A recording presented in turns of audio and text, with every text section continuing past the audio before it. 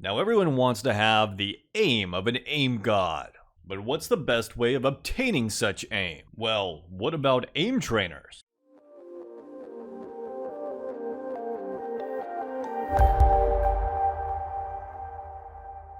Hey guys, and welcome to my channel, Time Has Been a Window. Ever since the beginning of first-person shooters, people have been trying to achieve better aim. Now, of course, the easiest way to do this back in the old days was just to play a lot. At the time, we didn't really have any custom game modes, but eventually people came around to making things like aim map, which is very similar to the warm-up 1v1 mode. And I just realized I'm so old I'm even gonna have to clarify that. What I'm talking about is 1.6, back before it was called 1.6. Now because of this, back in the old days, back when Fawn and I started playing, we started to get really good at maps like aim map, which is probably why we won so many tournaments on it. But even that wasn't the most efficient form of practice. In fact, you can get a lot more kills if people just non-stop spawn, which is why Deathmatch was created. Now, Deathmatch is technically the original first-person shooter game mode. Now, for years it felt like Deathmatch was really the only specialized game mode in Counter-Strike meant to just train your aim. It really wasn't until the end of the Counter-Strike Source days that you started to really see custom maps that were really meant to just help you work on your aim.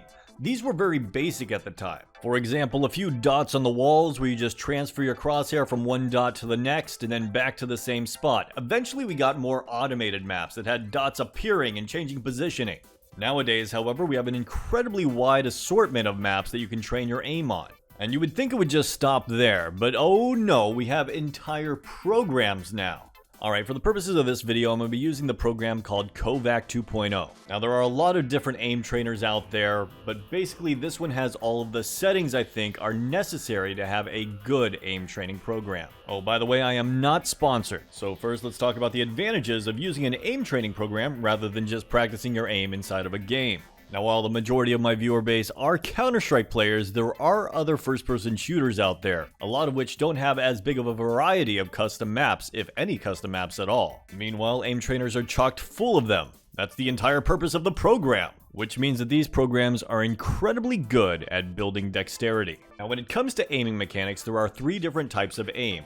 One is precision, the next is tracking, and the third and final type is flick shots. Your ability to aim during each of these situations is based upon your muscle memory, your dexterity, and your hand-eye coordination. Now, each one takes a different precedence depending on what type of aim you're doing. For example, tracking aim is mostly about your hand-eye coordination. Precision is based on your dexterity, and flick shots are based upon your muscle memory. Now, these aim trainers are absolutely amazing at building these three skill sets. But that doesn't necessarily mean by using an aim trainer all day, you're going to get good at aiming in Counter-Strike or any other first-person shooter. You see, going from program to program, there are a lot of things that you need to change over. I mean, some of the simple things are like sensitivity, but that doesn't mean that once you get your sensitivity right in the aim trainer, it's going to be the same as playing Counter-Strike. There are a lot more variables, and not all of them are actually simple to figure out. Now, this is why I ended up choosing Kovac for this. Now, the first things you need to switch over are, of course, your sensitivity and resolution, stretched or non-stretched. Those aren't too hard, but in some situations, you actually need to know the field of view, which means you're going to have to research that. On top of that, you're going to need to understand the inner workings of the game itself. Then you have really awkward things, like does it have one frame thread lag, or does it have some kind of simulated input lag? Now, the good news is more and more games are starting to use reflex low latency mode, and because of this, a lot more stuff is standardized with lower input latencies. But because it seems to be relatively difficult to implement, a lot of games out there still don't have it, like Counter-Strike. Now, a lot of people don't know this about Counter-Strike, but your mouse put is actually being buffered to the next frame. This is why you can flick really quick, shoot in the middle of the flick shot,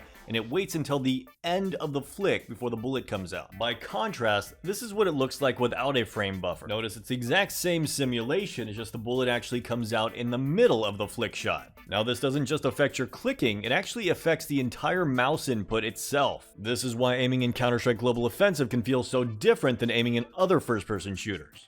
because your movements are actually being delayed, so what you're seeing on screen is actually a little bit behind what you're actually doing with your hand, which means you're going to want to check one frame thread lag. Now keep in mind, this is also on top of the amount of input lag you already have. This is why it's so hard to track people that are changing directions in the game, because unless you premeditate that they're going to change directions and you start changing directions with your hand before they do, it's going to look like you're way behind them. As for calculating the amount of input lag in Counter-Strike and simulating it in this kind of program to make it a one-for-one, it's almost impossible. And because of that, no matter what, when you transition back to Counter-Strike, you're gonna feel like your mouse sensitivity is still a little bit different and things feel a little bit weird. Now, for other games, it might not be so bad, or the slight deviation might actually be worth it if you're in a game that doesn't have customized modes and customized maps. So then, how should you practice Counter-Strike? Well, to that question, the obvious answer is you would practice within the game of Counter-Strike. But you don't just want to do one type of aim practice like deathmatch. You're going to want to make sure you're covering the 3 different aim techniques: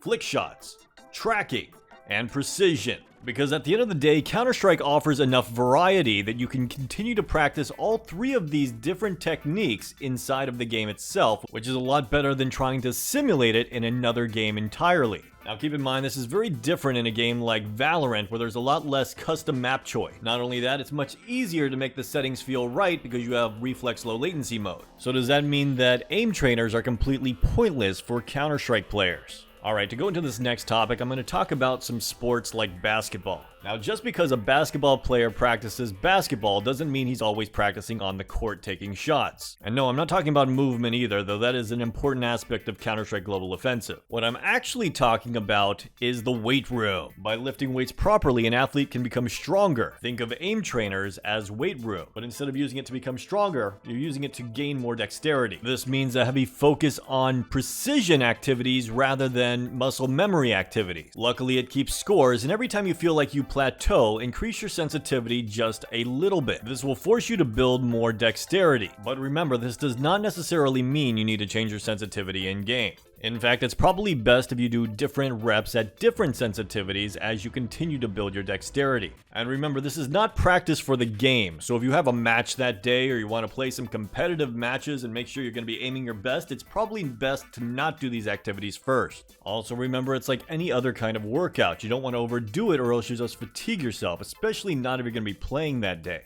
Now, the big negative to this is that you can screw up your muscle memory with it. The same thing happens in sports. Someone bulks up too quickly and gets too strong, the ball feels lighter, and all of a sudden their muscle memory is completely out of whack. So they have to relearn their muscle memory, and it usually takes about a month to do that. This is especially important to take notice of if you're playing in league matches, like I said.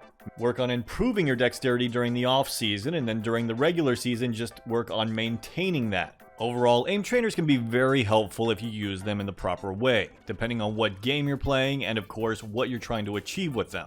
But with improper use, you can actually be handicapping yourself because you'll lose consistency. Anyways guys, I hope you guys found this video helpful and you all are able to become aim gods one day. Let me know your thoughts in the comments down below, and as always, have a great day.